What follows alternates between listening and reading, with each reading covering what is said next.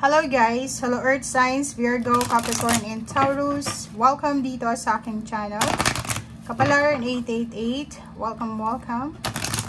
Alamin natin kung anong messages, vibration, bagay, energy para sa inyong lahat. Daily tarot reading para sa Earth Signs, Virgo, Capricorn, and Taurus. Earth Signs, Virgo, Capricorn, and Taurus.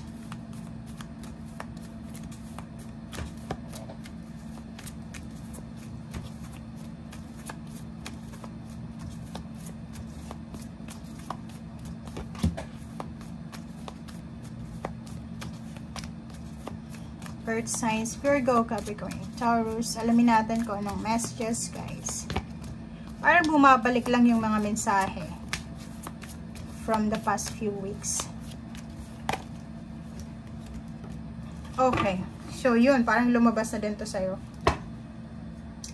Earth Signs, 39, 9, 10, 11, 12, 7, 2. Sinasabi ng brasser dito, Earth Signs, Virgo, Capricorn, and Taurus na posibleng may isa ditong Taurus na sobrang tagal niya na sa ginagawa niya or sa trabaho or sa business, and sobra yung pagiging masipag niya, 'di ba? Yung parang yung kasipagan mo sa trabaho or sa negosyo ay mare-recognize yan ng mga tao sa paligid mo. So kung negosyo yan, mas marami pang customer, kliyente ang papasok sa negosyo mo. If ever ikaw ay empleyado, siguro tenurity na to, ang tagal mo na, sinasabi ng brasser dito na posibleng ma-appreciate ka ng iyong mga superiors and posibleng tataas ng konti ang iyong salary or may position dito na pwedeng i-offer sa'yo. Meron din dito na isang medyo may edad na, babae siya, nasa 30 plus or 40 plus or 50 plus years old, hindi na nakapag-asawa. Okay? Hindi na siya nakapag-asawa. And bakit hindi siya nakapag-asawa? Kasi yung focus niya is financial. Gusto niyang yumaman, gusto niyang maitaguyod lahat ng mga kapamilya niya. And community 3912, sinasabi ng barahan na posibleng malapit ka na sa retirement mo. So, may isa dito na main female, medyo may edad na talaga siya. So, malapit na siyang mag-retire. Kaso lang, ngayon na malapit na, instead na enjoyment or instead na happiness or freedom yung nararamdaman niya, medyo nakakaramdam siya ng emptiness. Diba? Parang, okay, mataas yung magiging pension niya, may mga back pay or gano'n pa man, pero wala siyang anak, wala siyang asawa, mag-isa na lang siya, parang gano'n. So, comment down below if resonated ka dito.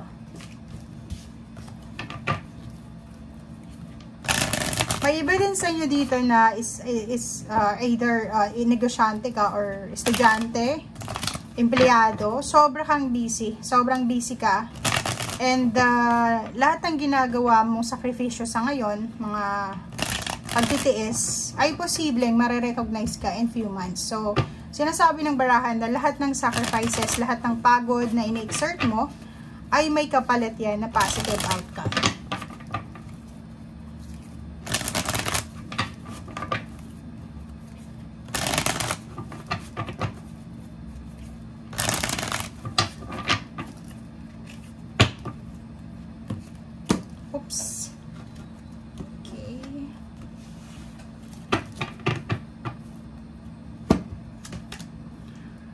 Okay, Earth Signs.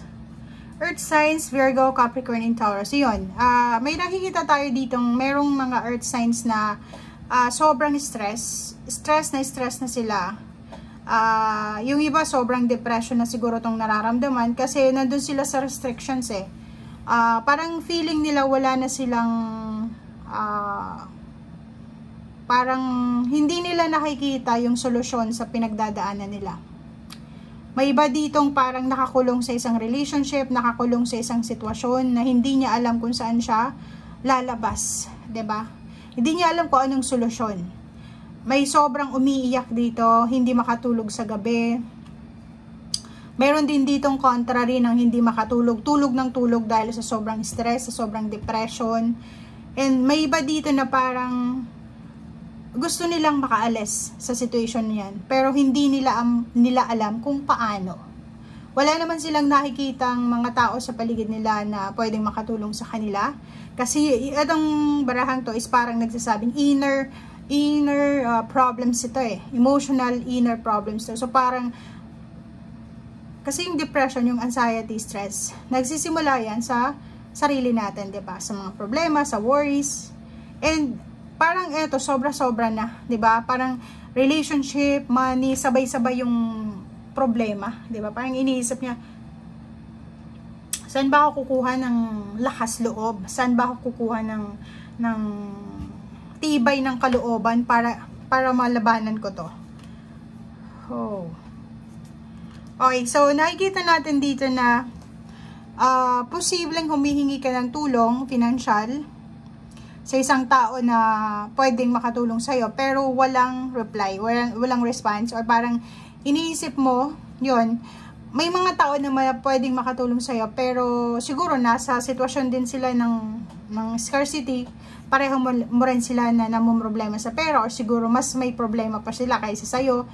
So dito sinasabi ng baraha sa'yo na yung balanse sa salapi, kasi balance tong dalawang barahang to, sinasabi ng barahan na may way out ka dyan, diba? May rason kung bakit nangyayari ito sa'yo, may rason din kung bakit, or kung ano, or may answers din, diba? May clarity, may enlightenment din dito sa kung bakit natin nararanasan yung ganito, diba? So, sinasabi ng baraha sa'yo dito na reach out. Mag-reach out tayo doon sa mga taong pwedeng makatulong sa atin. If ever na ayaw tayong tulungan, pray, mag-pray ka kay Lord, kay God, sa universe, invoke archangels, humingi ka ng tulong sa mga spiritual helpers mo na sana ituro nila yung tamang tao, yung tamang trabaho, yung tamang lugar, kung saan ka makakahingi ng tulong, or kung saan ka makakaalis, or kung paano ka makakaalis dito sa stagnation na to. Kasi stagnant eh. Di ba? Parang tubig siya na stagnant na hindi gumagalaw. Okay. Okay, so sinasabi ng baraha sa'yo na this weekend, ang pinaka-wish mo lang talaga is yung maging masaya ka. And isa sa pwedeng maging dahilan ng kasayahan mo is yung mahawakan mo yung pera.